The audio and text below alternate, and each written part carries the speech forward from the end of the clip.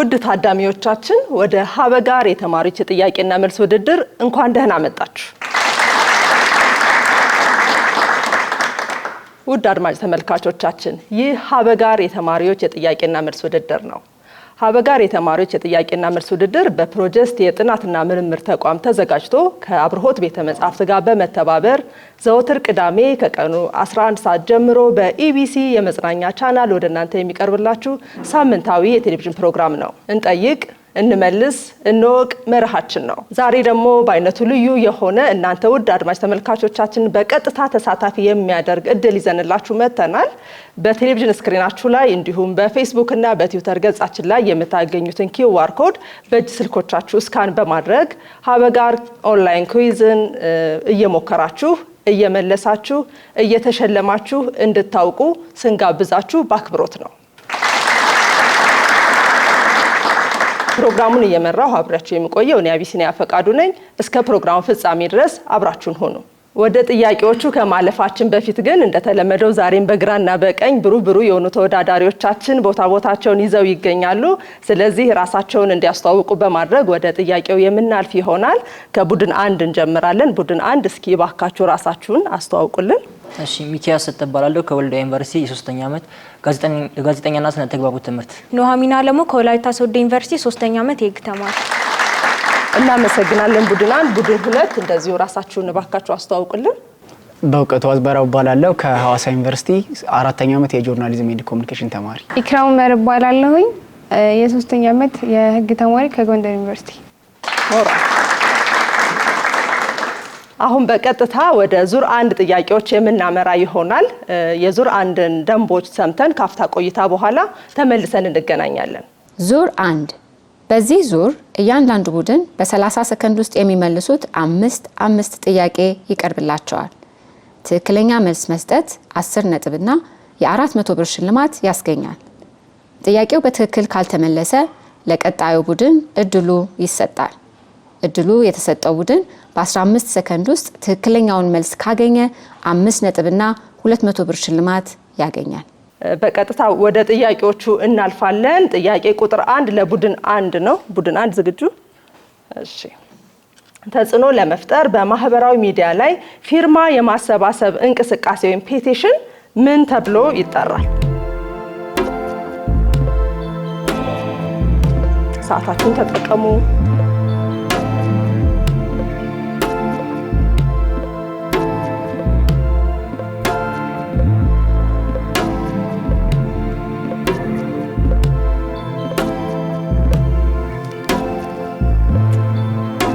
እየተወያዩ ነው። እንግዲህ ለኛም እስኪ የደረሳችሁበትን ሰዓታችሁን ተጠቅማችሁ ንገሩ። ሰዓት አልቋል። ቡድን 2 ይሄንኑ ጥያቄ ስላልተመለሰ ወደ እናንተ የሚዞር ይሆናል። አቤቱታ ማቅረብ። ጥያቄው አልተመለሰም።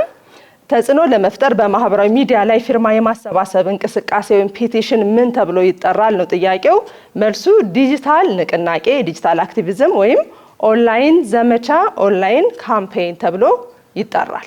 ጥያቄ ቁጥር 2 ፍርድ ቤቶች ለግለሰብ መብቶች በቂ ጥበቃ ለመስጠትና ፍትህን ከማስፈን አኳያ ሰፊ የህግ ትርጉም የመስጠት አሰራር ይከተላሉ። ይህን አይነት የዳኞች አሰራር ምን በመባል ይታወቃል?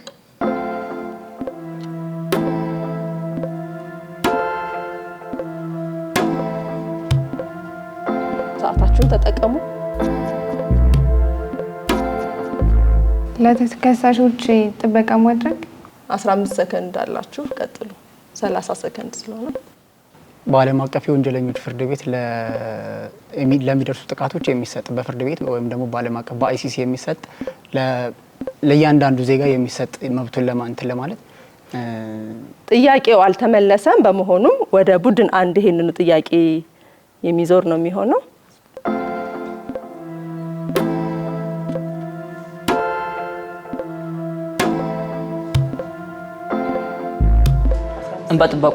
እንባ ጠባቂ ተቋም ሰዓት አልቋል። ጥያቄው አልተመለሰም።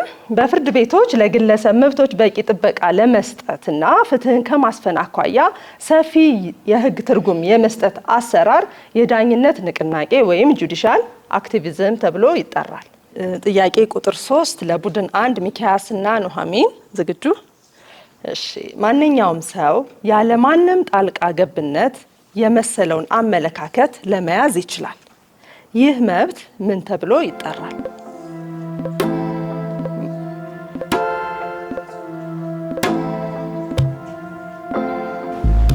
ዲሞክራሲያዊ መብት፣ የነጻነት መብት ወይም ፕሬስ ፍሪደም አንቀጽ 29 ያለው ፕሬስ ፍሪደም። በትክክል ተመልሷል። ሞራ ማንኛውም ሰው ያለማንም ጣልቃ ገብነት የመሰለውን አመለካከት ለመያዝ ይችላል። ይህ መብት ምን ተብሎ ይጠራል ነው? ሀሳብን በነጻነት የመያዝ መብት ወይም the right to hold opinion ሲሆን በህገ መንግስታችን አንቀጽ 29 ንዑስ አንቀጽ 1 ላይ ተደንግጎ ይገኛል። ጥያቄ ቁጥር 4 ለቡድን 2 በእውቀቱና ኢክራም ጋዜጠኞችን ከሳንሱር ወይም ከቅድሚያ ምርመራ ጥበቃ የሚሰጣቸው ዲሞክራሲያዊ መብት ምን ተብሎ ይጠራል? ፍሪደም ኦፍ ፕሬስ። በትክክል ተመልሷል። ጋዜጠኞችን ከሳንሱር ወይም ከቅድሚያ ምርመራ ጥበቃ የሚሰጣቸው ዲሞክራሲያዊ መብት የፕሬስ ነጻነት ተብሎ ይጠራል። ይሄም በህገ መንግስቱ አንቀጽ 29 ንዑስ አንቀጽ 3 ንዑስ አንቀጽ ሀ ላይ ተደንግጎ እናገኘዋለን። ጥያቄ ቁጥር 5 ቡድን 1 እውነት ወይም ሐሰት በማለት ነው የምትመልሱት። ነጻ ፕሬስ የመንግስት ባለስልጣናትንና ፖሊሲዎቻቸውን ሊተች ይችላል። እውነት ወይስ ሐሰት?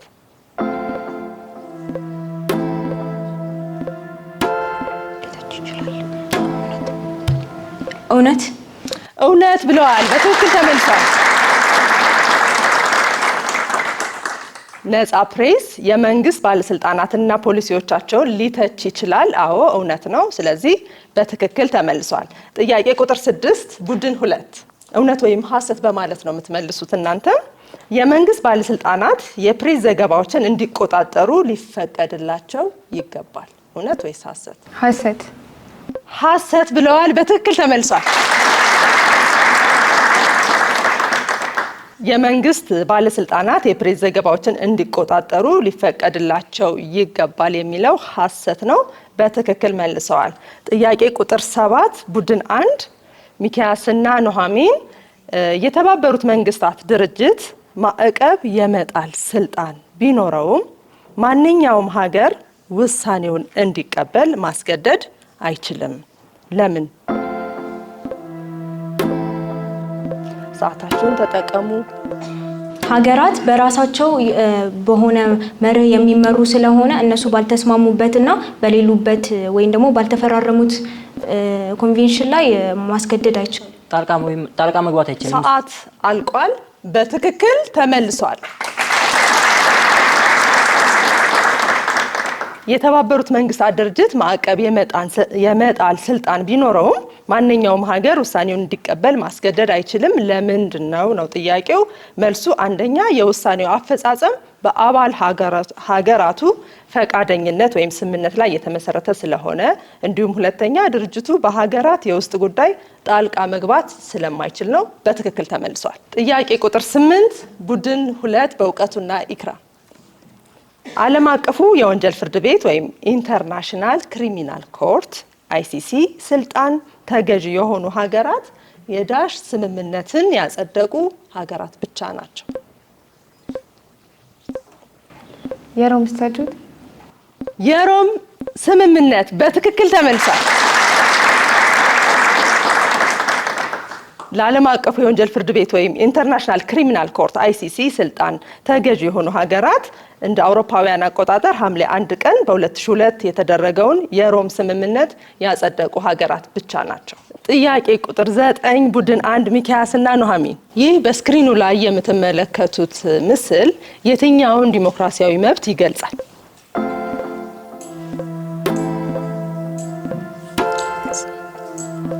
ሞክሩ። የማህበራዊ ሚዲያ ነጻነት። ማህበራዊ ሚዲያን በነፃነት መጠቀም ሀሳብን በግልጽ ለማንሸራሸር በማህበራዊ ሚዲያ ላይ። በትክክል ተመልሷል። ይህ ምስል ሀሳብን የመግለጽ ነፃነትን የሚያመለክት ነው። ጥያቄ ቁጥር 10 ቡድን 2 በእውቀቱና ኢክራም። ይህ በስክሪኑ ላይ የምትመለከቱት ምስል ከዲሞክራሲያዊ መብቶች መካከል አንዱን ይወክላል። የትኛውን መብት ይወክላል? አብራሩ።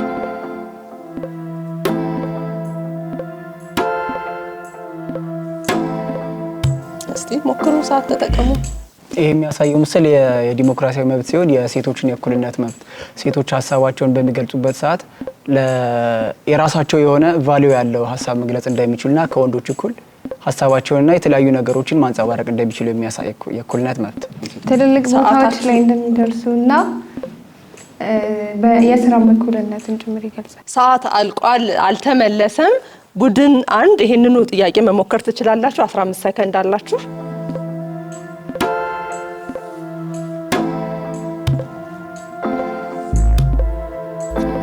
የሴቶች እኩልነት እስኪ ሰከንዳችሁ መጠቀም ትችላላችሁ።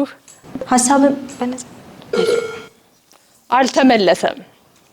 ይህ ምስል መረጃ የማግኘት የመሰብሰብና የመቀበል መብትን የሚወክል ወይም ሪፕሬዘንት የሚያደርግልን ምስል ነው ማለት ነው። ውድ አድማጭ ተመልካቾቻችን ዙር 1 ውድድራችንን በዚህ መንገድ አከናውነን ጨርሰናል። ወደ ዙር 2 ከማለፋችን በፊት የዙር 1ን ውጤት ከዳኞች ተቀብለን ካፍታ ቆይታ በኋላ የምንመለስ ይሆናል። ታዳሚዎቻችን የዙር 1 ውጤት እጃችን ላይ ደርሷል። ስለዚህ ገልጻለሁ። በዚህ መሰረት ቡድን 1 40 ነጥብ አስመዝግቧል። ሞራል ቡድን 2 ደግሞ እንደዚሁ 30 ነጥብ አስመዝግቧል። ሞራል ይሄ የመጀመሪያው ዙር ውድድር ነው። ገና ወደ 4 ዙሮች ይቀሩናል። እስቲ እንግዲህ የምናይ ነው የሚሆነው። ፉክክሩ እንደዚሁ እንዳሁኑ በደንብ ተጠናክሮ እንደሚቀጥል ተስፋ አደርጋለሁ። አሁን በቀጥታ ወደ ዙር 2 ቀድሞ የመመለስ ውድድር እናልፋለን። ከዛ በፊት የዙሩን ደንቦች ሰምተን ካፍታ ቆይታ በኋላ ተመልሰን እንገናኛለን። ዙር 2 በዚህ ዙር ለሁለቱም ቡድኖች 6 ጥያቄ በጋራ ይቀርባል። ጥያቄውን የሚመልሰው ቡድን የሚወሰነው ቀድሞ ደወሉን በመጫን ነው። ለመመለስ የሚሰጠው አንድ እድል ብቻ ሲሆን ይህም በ60 ሰከንድ ውስጥ መሆን ይኖርበታል። ትክክለኛውን መልስ መስጠት 15 ነጥብና የ1000 ብር ሽልማት ያስገኛል። ቅድሚያ ወስዶ በትክክል አለመመለስ 5 ነጥብ ያስቀንሳል። ጥያቄው ካልተመለሰ ለሌላኛው ቡድን እድሉ ይሰጣል። ትክክለኛውን መልስ ከሰጡ 15 ነጥብና 1000 ብር ሽልማት ያገኛሉ። ማንኛውም ጥያቄ ተነቦ ሳያልቅ ደወሉን መጫን ቡድኑን ጥያቄው እንዲዘለው ያደርጋል። እንግዲህ የዙር 2ን ደንቦች ሰምተን ተመልሰናል። በቀጥታ ወደ ጥያቄዎቹ የምናልፍ ይሆናል። ጥያቄ ቁጥር 1 በዲሞክራሲያዊ ስርዓት ውስጥ የሚዲያ ተቀዳሚ ተግባር ምንድነው? 3 ተግባራትን ጥቀሱ። ቡድን 2 አብርተዋል።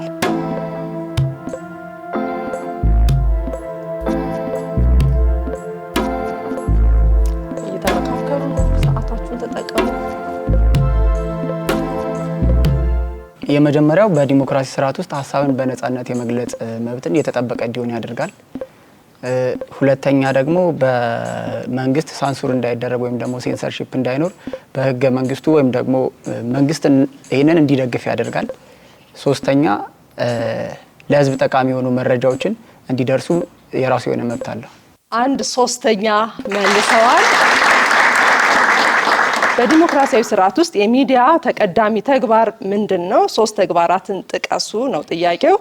አስፈላጊ መረጃዎችን ለዜጎች ማድረስ፣ ሰብአዊ መብቶች እንዲከበሩ፣ ሰላምና መረጋጋት እንዲሰፍን መስራት፣ የመንግስትን ስራ መከታተልና መቆጣጠር ወይም ዘቦች ዶግ ሮል አለው፣ የውይይት መድረክ መሆን ወይም ፐብሊክ ፎረም መሆን፣ ዜጎችን ማስተማር ወይም ኤጁኬቲንግ ሲቲዘንስ። እነዚህ የሚዲያ ተቀዳሚ ተግባራት ናቸው።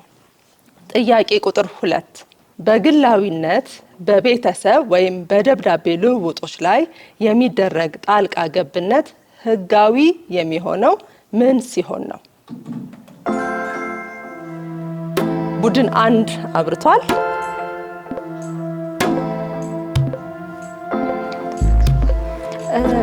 መረጃው ሀገራዊ የሆኑ ጉዳዮችን የያዘ ወይም ደግሞ የሀገርን ደህንነት አደጋ ላይ ይጠላሉ ተብሎ የታሰቡ ነገሮች ሲያጋጥሙ እንዲሁም ደግሞ የወጣቶችን ደህንነት የሰውን መልካም ክብርና ስምን የሚነኩ ጉዳዮች የሚጻጻፉ ከሆነ ይህ መብት ይጣሳል። ግማሽ ነጥብ አስቆጥረዋል። ሞራል በቀረው ሰከንድ ቡድን 2 መሞከር ትችላላችሁ።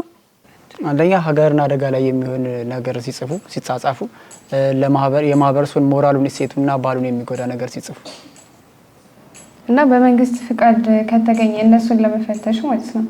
የወንጀል ድርጊት ከሆነና ከባድ የወንጀል ድርጊት አልተመለሰም። አንድ የጠቀሱትም ተመሳሳይ ከቡድን 1 ጋር የተመሳሰለ መልስ ስለሆነ ነጥብ የሚያስገኝ አይሆንም።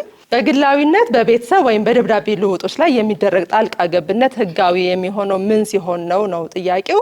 በዘፈቀደ ያልተከናወነና በዝርዝር ህግ የተወሰነ ሲሆን ብቻ እንደሆነ በዝርዝር የህገ መንግስቱ አንቀጽ 26 ንዑስ አንቀጽ 3 ላይ ተመልክቶ ወይም ተደንግጎ እናገኘዋለን።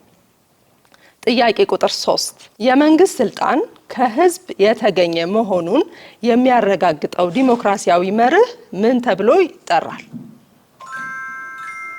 ቡድን 1 ሚኪያስ እና ኑሐሚን። የህዝብ ሉዓላዊነት። የህዝብ ሉዓላዊነት በትክክል ተመልሷል። ኑራል የመንግስት ስልጣን ከህዝብ የተገኘ መሆኑን የሚያረጋግጠው ዲሞክራሲያዊ መርህ የህዝብ ሉዓላዊነት ወይም የበላይነት ወይም የህዝብ ስልጣን ባለቤትነት ተብሎ ይጠራል ማለት ነው። ጥያቄ ቁጥር 4 በኢፌድሪ ህገ መንግስት ኢትዮጵያ ያጸደቀቻቸው ዓለም አቀፍ ስምምነቶች በሀገሪቱ የህግ ማዕቀፍ ውስጥ የተሰጣቸው ቦታ ምንድን ነው? ቡድን 2 በእውቀቱና ኢክራም።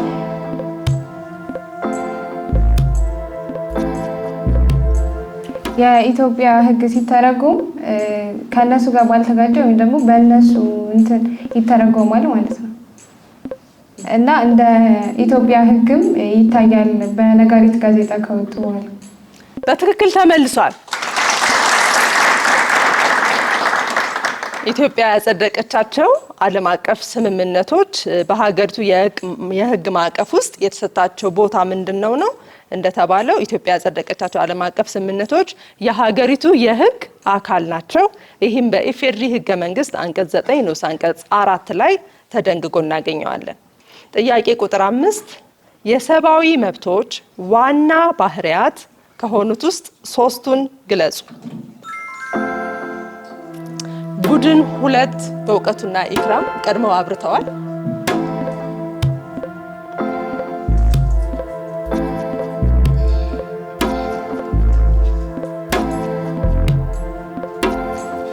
የመጀመሪያው ተፈጥሯዊ መብቶች ናቸው። ሁለተኛው ዓለም አቀፋዊ መብቶች ናቸው። ማንኛውም ሰው የመኖር መብት አለው። በህግ ካልተደነገገ ወይም ደግሞ በፍርድ ቤት ካልተወሰነበት የመሞት መብት አይኖረውም ማለት ወይም ደግሞ የመገደል መብት አይኖረውም። ይሄ ልዩ ያደርገዋል። ሌላኛው የማይጣሱና የማይገረሰሱ እንዲሁም የማይነጣጠሉ ናቸው። 2/3 ተሰጥቷቸዋል። ሞራል ስለዚህ የቀረ ስላለ ባለችው ሰከንድ መሞከር ትችላላችሁ። የተያያዙና የሚደጋገፉ ናቸው እና ዩኒቨርሳል ናቸው። ዓለም አቀፋዊነት 1/3 መልሰዋል። ሞራል የሰብአዊ መብቶች ዋና ባህሪያት ከሆኑት ውስጥ 3ቱን ግለጹ ነው የተጠየቀው። እነዚህ ዋና ባህሪያት የሰብአዊ መብት ዋና ባህሪያት የምንላቸው ሁለንተናዊ መሆናቸው፣ የማይከፋፈሉ መሆናቸው፣ የማይሻሩ መሆናቸውና እርስ በርስ የሚደጋገፉ መሆናቸው ነው ማለት ነው።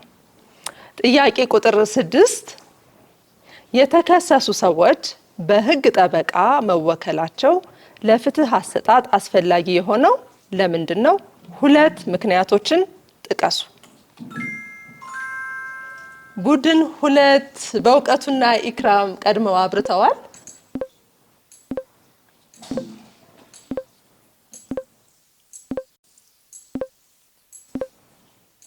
እሺ ሞክሩ።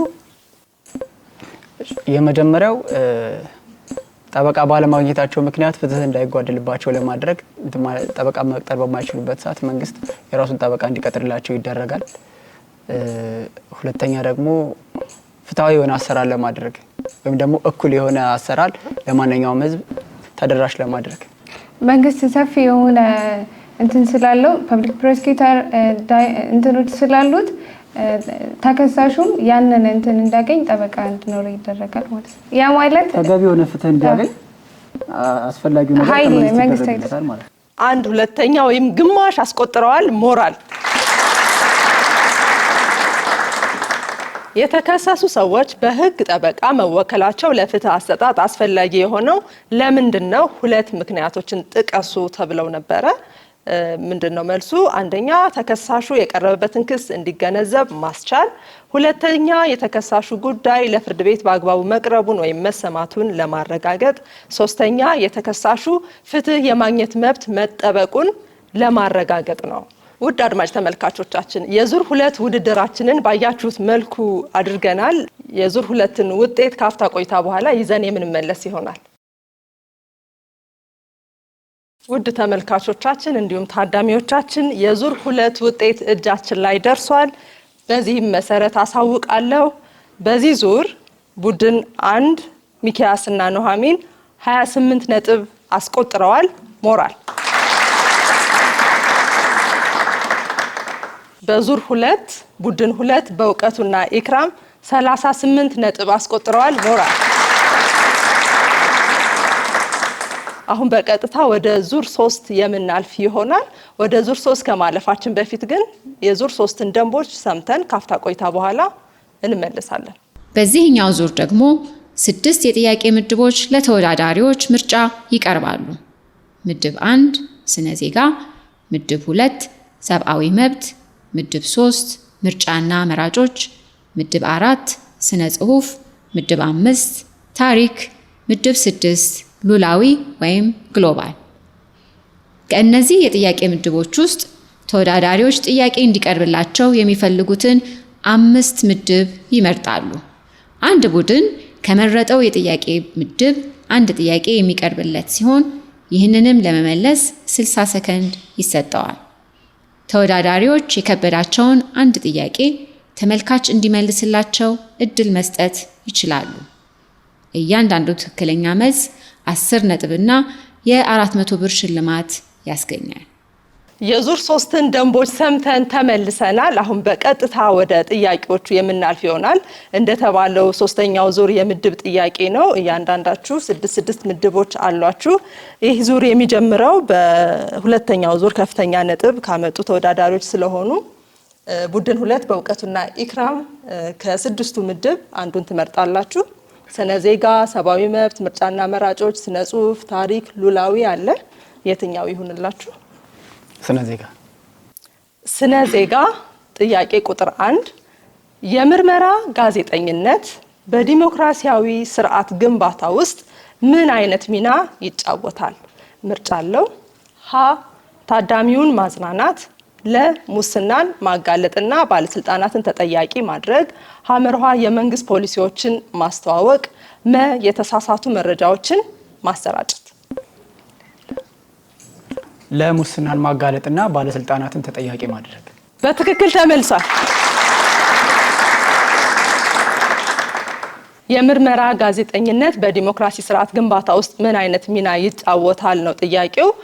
ሙስናን ማጋለጥና ባለስልጣናትን ተጠያቂ ማድረግ በትክክል ተመልሷል። ቡድን 2 በእውቀቱና ኢክራም ሌላ ምድብ መምረጥ ትችላላችሁ። ስነ ዜጋ መርጣችኋል። ከዛ ውጪ ከአምስቱ ከቀሪዎቹ የትኛው ይሆንላችሁ? ምርጫና መራጮች። ምርጫና መራጮች ጥያቄ ቁጥር 1 በመንግስት አስተዳደር ውስጥ የፖለቲካ ተጠያቂነት ምን ማለት ነው? ሀ በፖሊሲ ቀረጻ ላይ የህዝብ ተሳትፎን ማረጋገጥ፣ ለድሆች መሰረታዊ አገልግሎቶችን ማቅረብ፣ ሐመርሃ የኢኮኖሚ እድገትን ማፋጠን፣ መ ለተፈጸሙ ድርጊቶች ኃላፊነት መውሰድና ለህዝብ ጥያቄዎች ምላሽ ሰጪ መሆን። ለተፈጸሙ ድርጊቶች ኃላፊነት መውሰድና ለህዝብ ጥያቄዎች ምላሽ ሰጪ መሆን። በትክክል ተመልሷል። ሞራል በመንግስት አስተዳደር ውስጥ የፖለቲካ ተጠያቂነት ምን ማለት ነው ነው ጥያቄው። በትክክል እንደተመለሰው ለተፈጸሙ ድርጊቶች ኃላፊነት መውሰድና ለህዝብ ጥያቄዎች ምላሽ ሰጪ መሆን ማለት ነው። እሺ ሰብአዊ መብት፣ ስነ ጽሁፍ፣ ታሪክ፣ ሉላዊ ይቀራችኋል። የቱ ይሁንላችሁ? ሰብአዊ መብት። ሰብአዊ መብት ምድብ 2 ሰብአዊ መብት ከሚከተሉት ውስጥ ዓለም አቀፍ የሰብአዊ መብት ህግን ለማስከበር እንቅፋት የሆነው የትኛው ነው? ሀ ከሀያላን ሀገሮች በኩል የፖለቲካ ቁርጠኝነት ማነስ፣ ለዓለም አቀፍ ፍርድ ቤቶች በቂ የገንዘብ ድጋፍ አለመኖር፣ ሐመርሃ በሀገራት መካከል በሰብአዊ መብቶች መመዘኛዎች ላይ ስምምነት አለመኖር። ሁሉም መልስ ናቸው።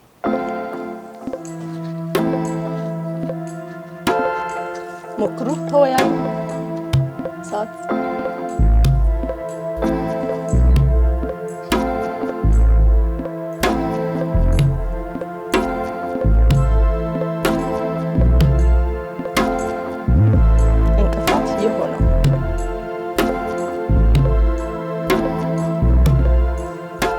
ሁሉም መልስ ናቸው።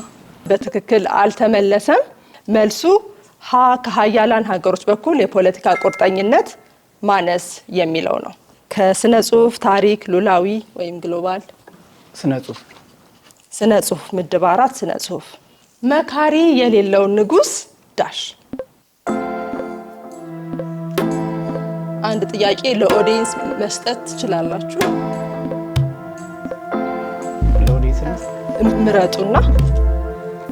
እሺ አመሰግናለሁ። ብሩክ አስፋ ከኮተቤ ትምህርት ዩኒቨርሲቲ። መካሪ የሌለው ንጉስ ያለ 1 ዓመት አይነግስ። በትክክል ተመልሷል። ምሳሌያዊ አነጋገሩን አሟሉ ነበር የተባሉት መካሪ የሌለው ንጉስ ያለ 1 ዓመት አይነግስ። ቡድን 2 በእውቀቱና ኢክራም 2 የምድብ ጥያቄዎች ይቀሯቸዋል። ታሪክና ሉላዊ የትኛው ይሆንላችሁ? ታሪክ። ታሪክሽ በኢትዮጵያና አፍሪካ ቀንድ ወደ 90 ለሚጠጉ ቋንቋዎችና 200 ለሚሆኑ የቋንቋ ዘዬዎች መነሻ የሆኑት 2ቱ የቋንቋ መነሻ ግንዶች እነማን ናቸው?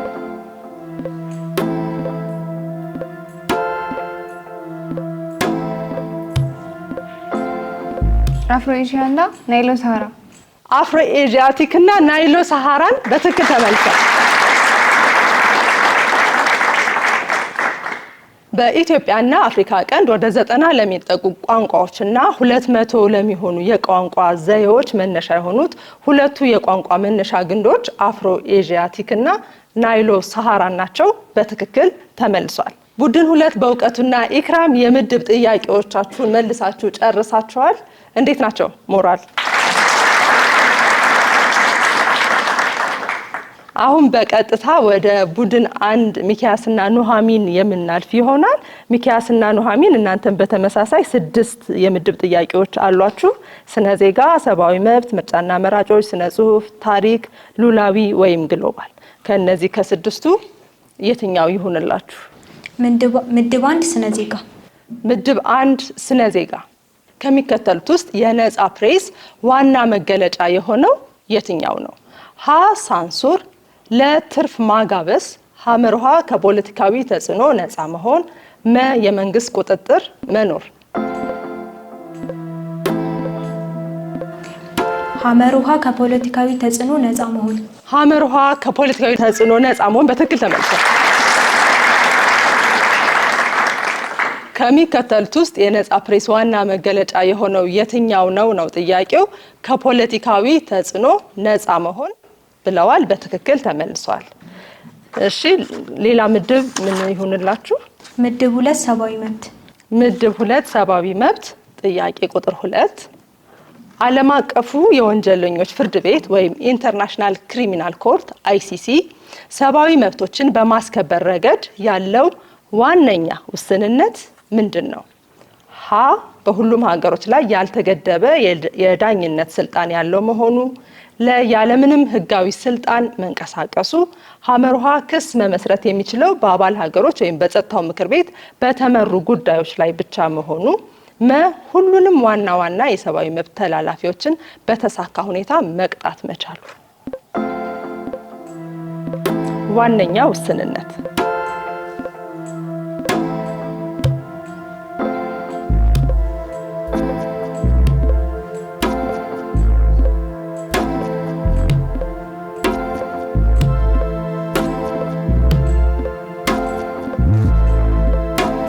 ሞክሩ። ሰዓታችሁን ተጠቀሙ። ሁሉንም ዋና ዋና የሰብአዊ መብት ተላላፊዎችን በተሳካ ሁኔታ መቅጣት መቻሉ። በትክክል አልተመለሰም። የዓለም አቀፉ የወንጀለኞች ፍርድ ቤት ወይም ኢንተርናሽናል ክሪሚናል ኮርት አይሲሲ ሰብአዊ መብቶችን በማስከበር ረገድ ያለው ዋነኛ ውስንነት ምንድነው ነው ጥያቄው። መልሱ ሐመርሃ ክስ መመስረት የሚችለው በአባል ሀገሮች ወይም በጸጥታው ምክር ቤት በተመሩ ጉዳዮች ላይ ብቻ መሆኑ ነው። እሺ፣ ሌላ ምድብ ምርጫና መራጮች፣ ስነ ጽሁፍ፣ ታሪክ፣ ሉላዊ ይቀራችኋል። የትኛው ይሆንላችሁ? ምድብ 3 ምርጫና መራጮች። እሺ፣ በተከታታይ እየመረጣችሁ ነው ያላችሁት። ምርጫና መራጮች ጥያቄ ቁጥር 2 ከሚከተሉት ሁኔታዎች ውስጥ የአብላጫ ድምፅ አገዛዝ ወይም ማጆሪቲ ሩል ክፍተት ማሳያ የሆነው የትኛው ነው? ሀ አንድ ህገ መንግስታዊ እንዳልሆነ በፍርድ ቤት ሲወሰን፣ ለአንድ ህግ የአንድን ማህበረሰብ ክፍል ለመጨቆን መሳሪያ ሆኖ ሲያገለግል፣ ሐመርሃ በአስተያየት መሰብሰቢያ ሰነድ ወይም ፒቲሽን ላይ በርካታ ሰዎች ፊርማ ሲኖር፣ አንድ እስረኛ በስህተት ከእስር ቤት እንዲፈታ ሲደረግ።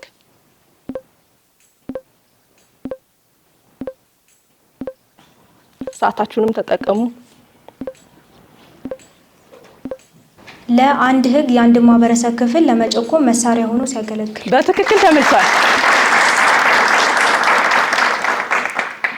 ከሚከተሉት ሁኔታዎች ውስጥ የአብላጫ ድምፅ አገዛዝ ወይም ማጆሪቲ ሩል ክፍተት ማሳያ የሆነው የትኛው ነው ነው ጥያቄው። መልሱ ለአንድ ህግ የአንድን ማህበረሰብ ክፍል ለመጨቆን መሳሪያ ሆኖ ሲያገለግል ነው። የአብላጫ ድምፅ አገዛዝ ጎጂ የሚሆነው ህግ አናሳውን የማህበረሰብ ክፍል ለመጨቆን ጥቅም ላይ ሲውል ነው። አብላጫው ወገን ፍላጎቱን በሌሎች ላይ ሲጭን ለአድሎና ለሰብአዊ መብቶች መጣስ መንገድ ይከፍታል። ይህም የአብላጫ አምባገነንነት ወይም ታይራኒ ኦፍ ዘ ማጆሪቲ የሚያስከትለውን አደጋ የሚያሳይና የአናሳ ቡድኖችና የሁሉም ግለሰቦች መብቶች የሚከበርበት ጠንካራ የከለላ ስርዓት እንደሚያስፈልግ አመላካች ነው። ማጆሪቲ ሩል ማይኖሪቲ ራይት አይደል? እሺ፣ 3 ምድቦች ይቀሯችኋል። ስነ ጽሁፍ፣ ታሪክ፣ ሉላዊ የቱ ይሆንላችሁ? ሚኪያስና ኑሐሚን። ምድብ 6 ሉላዊ። እናንተም በተመሳሳይ አንድ ጥያቄ ለተመልካች መስጠት ትችላላችሁ። ጥያቄ ቁጥር 1 የተባበሩት መንግስታት ድርጅት ዩኔስኮ በዋናነት ምንን ያበረታታል? ሀ ዓለም አቀፍ ሰላምንና ደህንነትን፣ ለትምህርት ባህልና ሳይንስን፣ ሐመርሃ የኢኮኖሚ እድገትን፣ ሀና ለ መልስ ናቸው።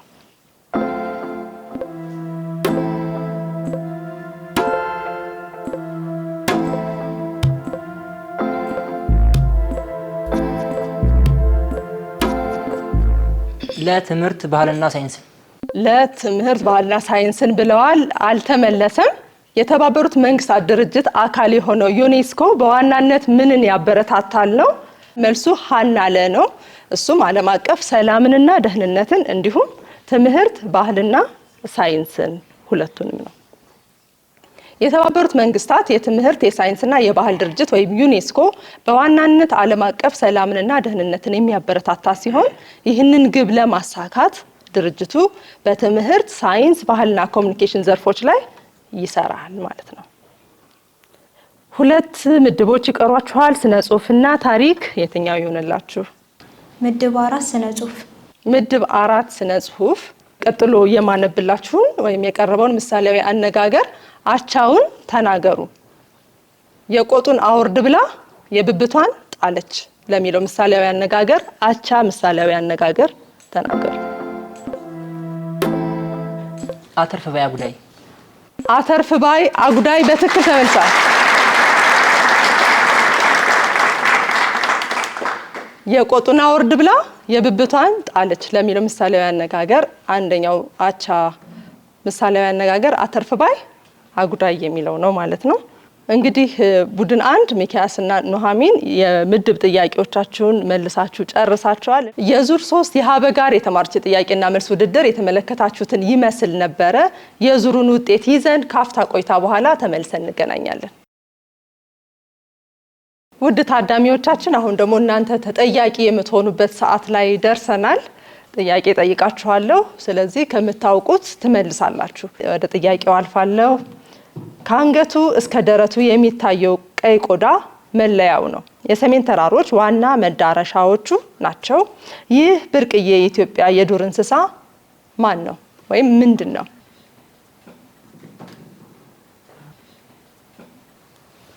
መሀል ላይ ቢጫ ያደረግሽው። እሺ፣ አስናቀች እባላለሁ። የመጣሁት ከኮተቤ ዩኒቨርሲቲ። ሬድ ፎክስ ወይም ቀይ ቀበሮ። አልተመለሰም። ለሌላ ሰው እድል እሰጣለሁ። በዚህኛው ደግሞ በኩል እስኪ እሺ፣ አብዱልቃድር እባላለሁ። ጭላዳ ዝንጀሮ። ጭላዳ ዝንጀሮ በትክክል ተመልሷል። ከአንገቱ እስከ ደረቱ በሚታየው ቀይ ቆዳ የሚለየው የሰሜን ተራሮች ዋና መዳረሻዎቹ የሆኑት ይህ ብርቅዬ የኢትዮጵያ የዱር እንስሳ ጭላዳ ዝንጀሮ በመባል ይታወቃል። ደረቱ ላይ የሰዓት መስታወት ቅርጽ ይዞ የሚታየው ቀይ ቆዳ የሚደማ ልብ ያለው ዝንጀሮ ወይም ዘ ብሊዲንግ ሃርት መንኪ የሚል ቅጽል ስም አስወጥቶለታል ወይም አሰጥቶታል። ጥያቄ ቁጥር 2 ለእናንተ ሁለተኛ ጥያቄ። በዓለም አትሌቲክስ ታሪክ በ5000 እና በ10000 ሜትር በአንድ ዓመት ሁለቱንም የወርቅ ሜዳሊያዎች ያጠለቀ ብቸኛው አትሌት ነው። ይህ ታዋቂ ኢትዮጵያዊ የረጅም ርቀት ሯጭ ወይም አትሌት ማን ይባላል? ኮፍያ ያደረግሽው። ቤተልሔም እባላለሁ። የመጣሁት ከኮተቤ ዩኒቨርሲቲ ነው። አትሌት ቀነኒሳ በቀለ። በትክክል ተመልሳ። ጀግናው አትሌታችን ቀነኒሳ በቀለ ነው። በዓለም አትሌቲክስ ታሪክ ውስጥ በ5000 እና በ10000 ሜትር በአንድ ዓመት ውስጥ ሁለቱንም ሜዳሊያዎች ያጠለቀ ብቸኛው አትሌት ነው። አትሌት ቀነኒሳ እነዚህን ድርብ ድሎች የተቀዳጀው እንደ አውሮፓውያን አቆጣጠር በ2008 በተካሄደው ቤጂንግ ኦሎምፒክ ነበር። ስለዚህ በአንድ ኦሎምፒክ 2 የወርቅ ሜዳሊያዎችን ያስገኘ አትሌት ነው ማለት ነው። ሞራል ለእናንተ። ውድ ታዳሚዎቻችን እንዲሁም ውድ አድማጭ ተመልካቾቻችን የዙር 3 ውጤት እጃችን ላይ ደርሷል። በዚህም መሰረት ቡድን 1 ሚኪያስና ኑሃሚን 30 ነጥብ አስቆጥረዋል። ሞራል። ቡድን 2 በእውቀቱና ኢክራም 40 ነጥብ አስቆጥረዋል። ሞራል። አሁን በቀጥታ ወደ ዙር 4 የምናልፍ ነው የሚሆነው። ስለዚህ የዙር 4ን ደንቦች ሰምተን ካፍታ ቆይታ በኋላ ተመልሰን እንገናኛለን። በዚህ አራተኛ ዙር ተወዳዳሪዎች የታወቁ ግለሰቦች ምስሎች፣ ቦታዎች እንዲሁም ሌሎች ነገሮችን እንዲለዩ ሶስት ጥያቄዎች ይቀርቡላቸዋል። ከጥያቄው ጋር አንድ ፍንጭ አብሮ የሚነገር ሲሆን መልስ ለመስጠት 30 ሰከንድ ይሰጣል። ትክክለኛ መልስ መስጠት 15 ነጥብና 400 ብር ሽልማት ያስገኛል። ተወዳዳሪዎች ሁለተኛ ፍንጭ እንዲሰጣቸው መጠየቅ ይችላሉ። ነገር ግን ትክክለኛ መልስ ሲሰጡ የሚያገኙት 10 ነጥብና 200 ብር ሽልማት ይሆናል። ሌላኛው ቡድን እድሉ ተሰጥቶት ጥያቄውን በትክክል ቢመልስ የሚያገኘው ነጥብ ወይም የገንዘብ ሽልማት አይኖርም። እንግዲህ ውድ አድማጭ ተመልካቾቻችን የዙር 4ን ደንቦች ሰምተን ተመልሰን ተገናኝተናል። ስለዚህ በቀጥታ ወደ ጥያቄዎቹ የምናልፍ ይሆናል። ዙር 4 እንግዲህ ዙር 4 የታዋቂ ግለሰቦችን፣ ቦታዎችን እንዲሁም ሌሎች ነገሮችን ምስል አይቶ የመመለስ ውድድር ነው። ፍንጭ እሰጣችኋለሁ። ስለዚህ ጥያቄ ቁጥር 1 እንጀምራለን። ቡድን 1 ዝግጁ? ጥያቄ ቁጥር 1 ይህ በምስሉ ላይ በስክሪናችሁ ላይ የምትመለከቱት ተራራ ምን ተብሎ ይጠራል? አንደኛ ፍንጭ እሰጣችኋለሁ። ራሱን የቻለና የሌላ ተራራ ክልል ወይም ቅጥያ ያልሆነ ሲሆን በከፍታው ከአፍሪካ አንደኛ ነው። የኪሊማንጃሮ ተራራ። የኪሊማንጃሮ ተራራ በትክክል ተመልሷል። ይህ ተራራ የኪሊማንጃሮ ተራራ ሲሆን ራሱን የቻለና የሌላ ተራራ ክልል ወይም ቅጥያ ያልሆነ ሲሆን እንዲሁም በከፍታው በአፍሪካ አንደኛ ነው። ታንዛኒያ ውስጥ ይገኛል። በየዓመቱ ከ20,000 እስከ 35,000 የሚጠጉ ሰዎች ተራራውን ለመውጣት ይሞክራሉ። ጥያቄ ቁጥር 2 ቡድን 1 ዝግጁ ናችሁ? ይህ በምስሉ ላይ የምትመለከቱት ክስተት ምን ይባላል? ከጠፈር የሚመጡ ቅንጣቶች ከባቢ አየር ውስጥ ካሉ አቶሞችና ሞለኪውሎች ጋር ሲጋጩ የሚጨፍሩ የቀለም ሞገዶችን ያመነጫሉ። ይህም አውራሮስ በመባል ይታወቃል።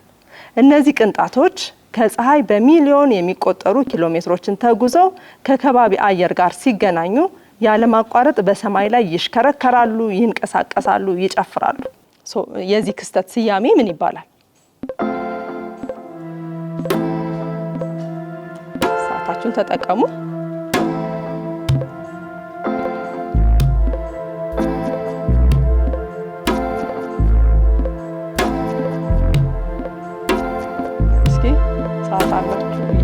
ተጠቀሙ፣ ሰዓታችሁን ተወያዩ። የፀሐይ ግርዶሽ ሰከንዱ እስኪያልቅ ድረስ መሞከር ትችላላችሁ። ሁለተኛ ፍንጭ ጠይቀዋል። እንደ አይስላንድ፣ ሰሜናዊ ኖርዌይ፣ ስዊድን፣ ፊንላንድ፣ አላስካ እና ካናዳ ያሉ የሰሜናዊው ንፍቀ ክበብ የአርክቲክ ዞኖች ለዚህ ምስል የጠፈር ትዕይንቶች ተስማሚ የእይታ ማዕከላት ናቸው።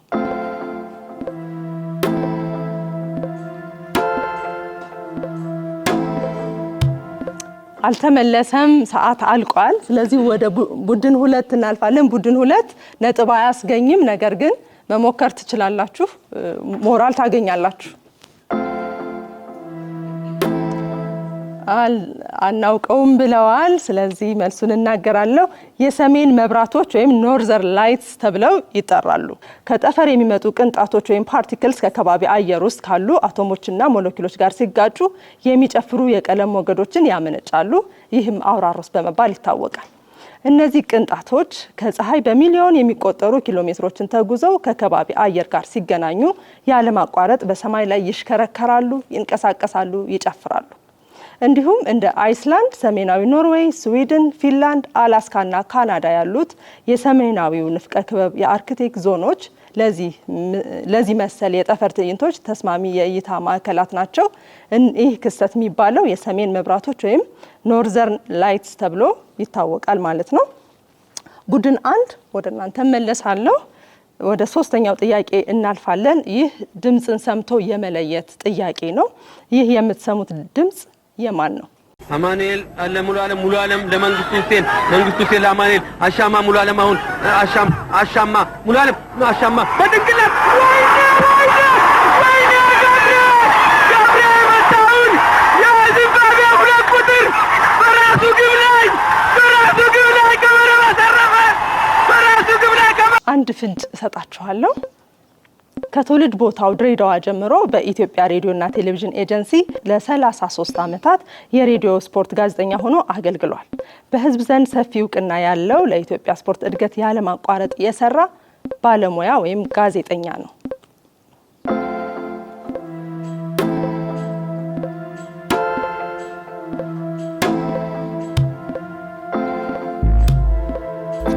ፍንጭ 2 መጠየቅ ይቻላል። ተወያዩ። ሰዓታችሁን ተጠቀሙ።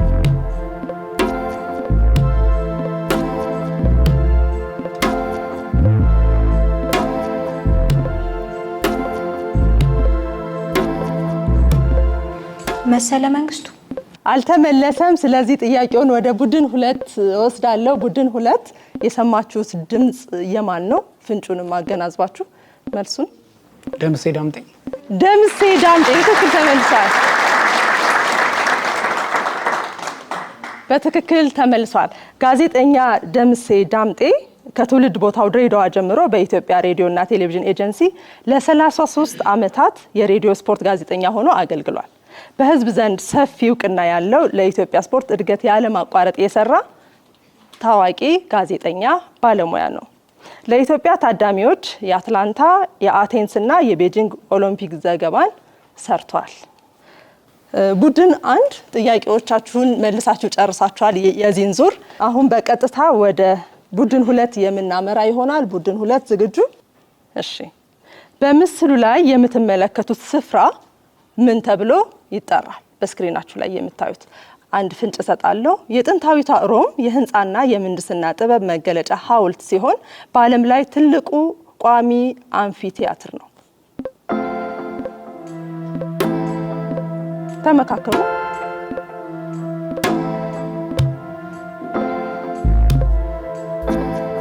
ሁለተኛ ፍንጭ መጠየቅ ይቻላል። ተመካከሩ፣ ሞክሩ፣ ሰዓታችሁ እንዳያልቅ።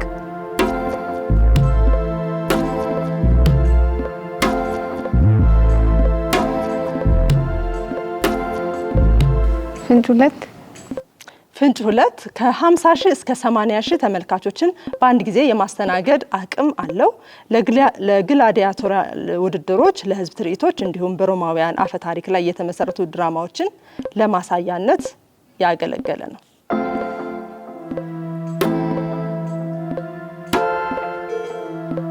አልተመለሰም። ሰዓት አልቋል። ስለዚህ ቡድን 1 ይሄንኑ ጥያቄ መሞከር ትችላላችሁ። አታውቁትም? እሺ፣ አናውቀውም ብለዋል። ኮሎሴም ወይም ዘኮሎሴም ይባላል። ይህ በቴሌቪዥን ላይ የምናየው ምስል የጥንታዊቷ ሮም የህንፃና የምህንድስና ጥበብ መገለጫ ሐውልት ሲሆን በዓለም ላይ ትልቁ ቋሚ አምፊ ቲያትር ነው። ከ50 ሺህ እስከ 80 ሺህ ተመልካቾችን በአንድ ጊዜ የማስተናገድ አቅም አለው። ለግላዲያቶሪያል ውድድሮች፣ ለህዝብ ትርኢቶች እንዲሁም በሮማውያን አፈ ታሪክ ላይ ለተመሰረቱ ድራማዎችን ለማሳያነት ያገለገለ ነው። ጥያቄ ቁጥር 2 ቡድን 1 ዝግጁ ናችሁ? ጥያቄ ቁጥር 2 ይህች ሰው ማናት? ምስሉ ላይ የምትመለከቷት ድምጽም ትሰማላችሁ። ድምጹን ሰምታችሁ ምስሉን አይታችሁ ማን እንደሆነች ትነግሩናላችሁ። አንደኛ ፍንጭ እሰጣለሁ። የኮሜዲ እናት ትባላለች። ጭር ሲል አልወድም በተሰኘው ትዕይንቷ በህዝብ ዘንድ እውቅናን አትርፋለች። እንደው እኮ ፈጣሪ ነው ያወጣኝ እናንተ። እኔ ያዕቆብ የገባው ደልቶኝ ነው። ካፌ እየመነጠቁ እየወሰድኩ ስጥል የነበር ማህበሬን አወጣበታለሁ ብዬ እንጂ የደላ መሰላቸው። አንሰጥም ብለው እኮ በመከራ ነው የሰጡኝ። እኔ ያዕቆብ የገባው ለሬሳዬ ወይም ለቀብሬ መስተናገጃ መሰላችሁና ነው። ኧረ ኧረ ኧረ አንተ መድኃኒዓለም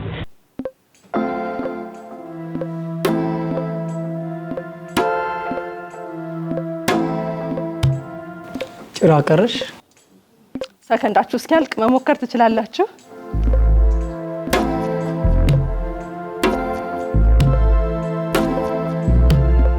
ሞክሩ።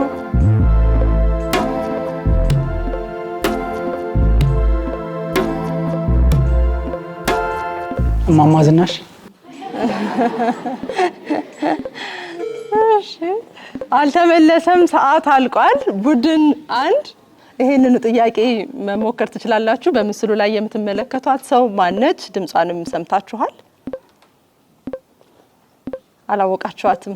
አናውቃትም ተብሏል። ስለዚህ መልሱን የሚገልጽላችሁ ይሆናል። ኮሜዲያንና ተዋናይት እንግዳዘር ነጋ ነች። እንግዳዘር ነጋ የኮሜዲ እናት ትባላለች። ጭር ሲል አልወድም በተሰኘው ትዕይንቷ በህዝብ ዘንድ እውቅናን አትርፋለች። በመረጃ ሚኒስቴር ቀጥሎም በኢትዮጵያ ሬዲዮና ቴሌቪዥን በብሮድካስተርነት ከመቀጠሯ አስቀድሞ በመምህርነት ለ11 ዓመት አገልግላለች። ጥያቄ ቁጥር 3 የመጨረሻው ጥያቄ ቡድን 2 የዚህ ስፍራ መጠሪያ ምን ይባላል? አንደኛ ፍንጭ ሰጣችኋለሁ። የዛምቤዚ ወንዝ አካል ነው። በዓለም ላይ ትልቁ ፏፏቴ ሲሆን ከዓለም 7 የተፈጥሮ ድንቆች መካከል አንዱ ነው።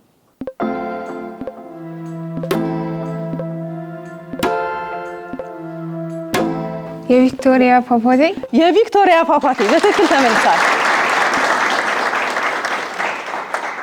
ይህ በምስሉ ላይ የምናየው ስፍራ መጠሪያው ምን ይባላል ነው ጥያቄው። የዛምቤዚ ወንዝ አካል ነው። በዓለም ላይ ትልቁ ፏፏቴ ሲሆን ከዓለም 7 የተፈጥሮ ድንቆች መካከል አንዱ ነው።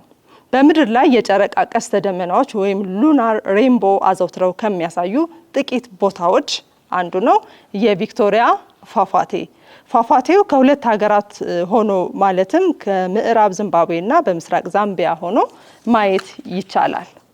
እንግዲህ ውድ አድማጭ ተመልካቾቻችን 4ኛው ዙር ውድድር ያያችሁትን ይመስል ነበረ። አሁን ወደ 5ኛው ዙር ከማለፋችን በፊት የዙር 4ን ውጤት ይዘን ካፍታ ቆይታ በኋላ ተመልሰን እንገናኛለን።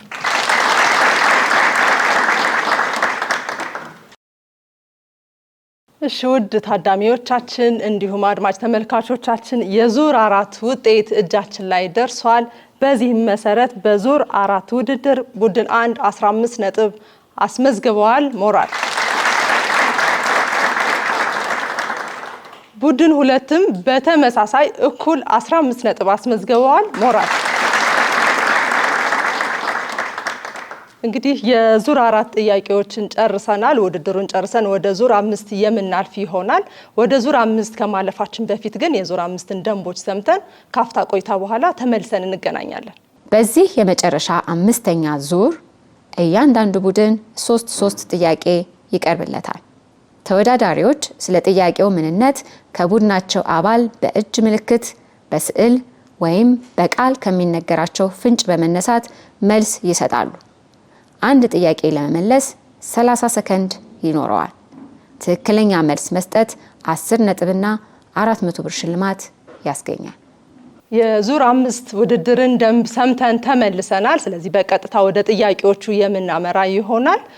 ቡድን 1 ቦታችሁን ያዙልን። ሚኪያስና ኑሐሚን።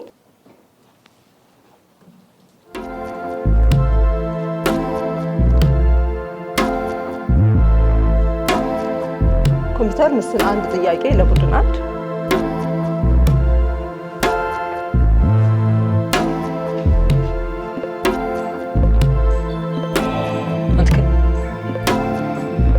ሳሎን ግድግዳ፣ ጣራ፣ ምግብ፣ ጤፍ፣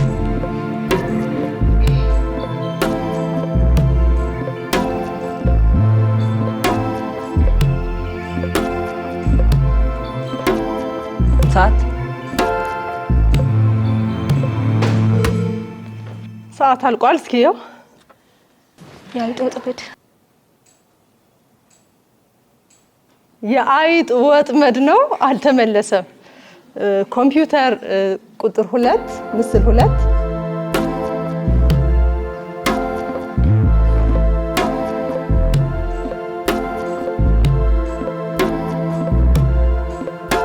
ጆክ፣ ብርጭቆ፣ ጀሪካ፣ ሳህን፣ በርሜል። በትክክል ተመልሷል። በትክክል ተመልሷል። በርሜል። ኮምፒውተር ጥያቄ ቁጥር 3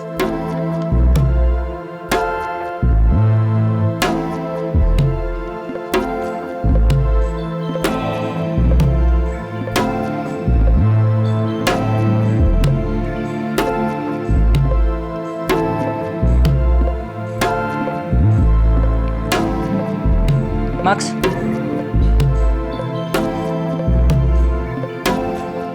ማጠቢያ፣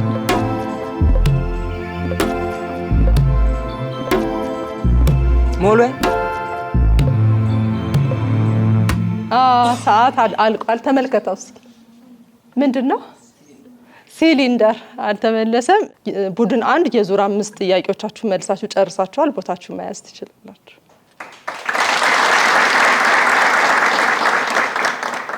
ቡድን 2 በእውቀቱና ኢክራም እባካችሁ ቦታችሁን ያዙልን።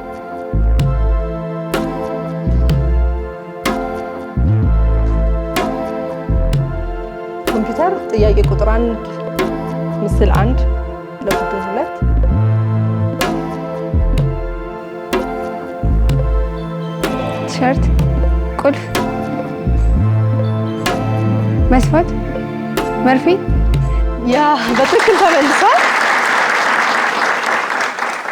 የልብስ መስፊያ መርፌ ነው። ኮምፒውተር ጥያቄ ቁጥር 2 ምስል 2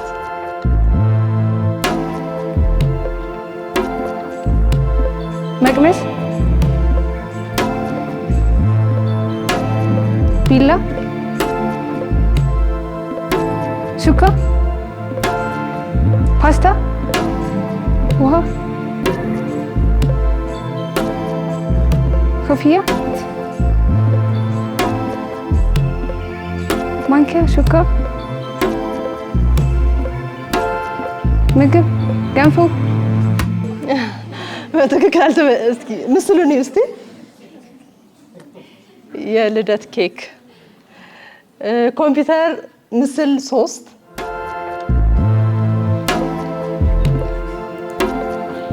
ዊልቸር፣ መግፋት፣ ማንጠፍ፣ መሸከም፣ ቦርሳ፣ ስፖርት፣ ጂም፣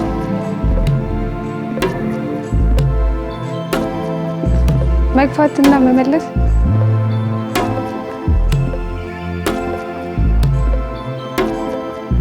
ትራንስፖርት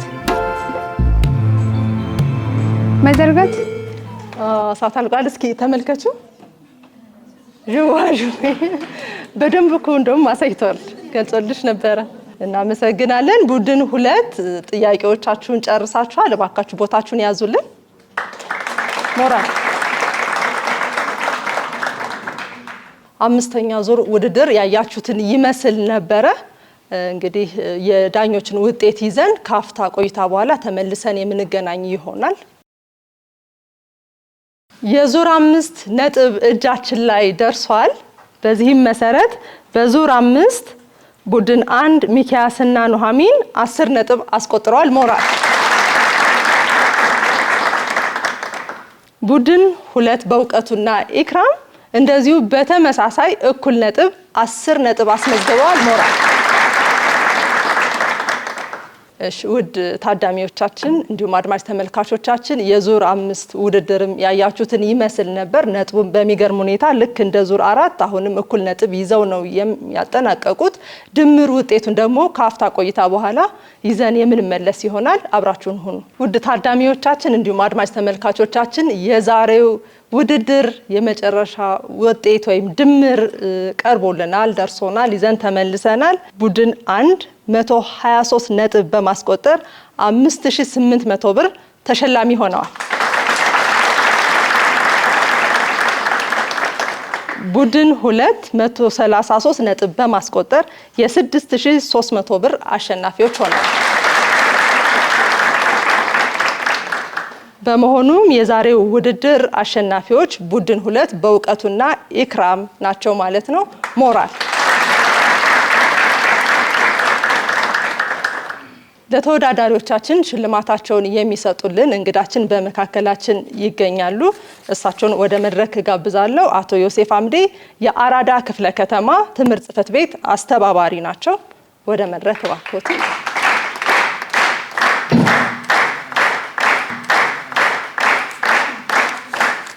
ተወዳዳሪዎቻችን ሽልማታችሁን የምትወስዱ ይሆናል። ቡድን 1 ሚኪያስና ኑሐሚን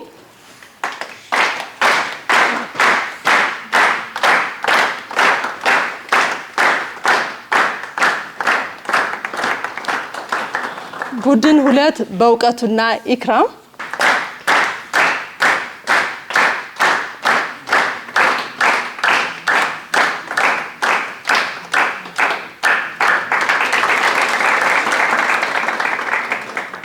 እናመሰግናለን። የዛሬው የሀበጋር የተማሪዎች ጥያቄና መልስ ውድድር የተመለከታችሁትን ይመስል ነበር። ሀበጋር የተማሪዎች ጥያቄና መልስ ውድድር በፕሮጀስት የጥናትና ምርምር ተቋም ተዘጋጅቶ ከአብርሆት ቤተ መጻሕፍት ጋር በመተባበር ዘወትር ቅዳሜ ከቀኑ 11 ሰዓት ጀምሮ ወደ እናንተ በኢቢሲ የመዝናኛ ቻናል የሚቀርብላችሁ ሳምንታዊ የቴሌቪዥን ፕሮግራም ነው። እንጠይቅ፣ እንመልስ፣ እንወቅ መርሃችን ነው። በቴሌቪዥን ስክሪናችሁ ላይ እንዲሁም በፌስቡክ እና ትዊተር ገጻችን ላይ የምታገኙትን የኪውአር ኮድ በስልኮቻችሁ እስካን በማድረግ ጥያቄዎችን እየሞከራችሁ እየመለሳችሁ እንደዚሁም እያወቃችሁ ተሸለሙ እንላለን። ፕሮግራሙን እየመራው አብሬያችሁ የቆየሁት እኔ አቢሲኒያ ፈቃዱ ነኝ። እስከ ሳምንት ቸርን ሰንብት።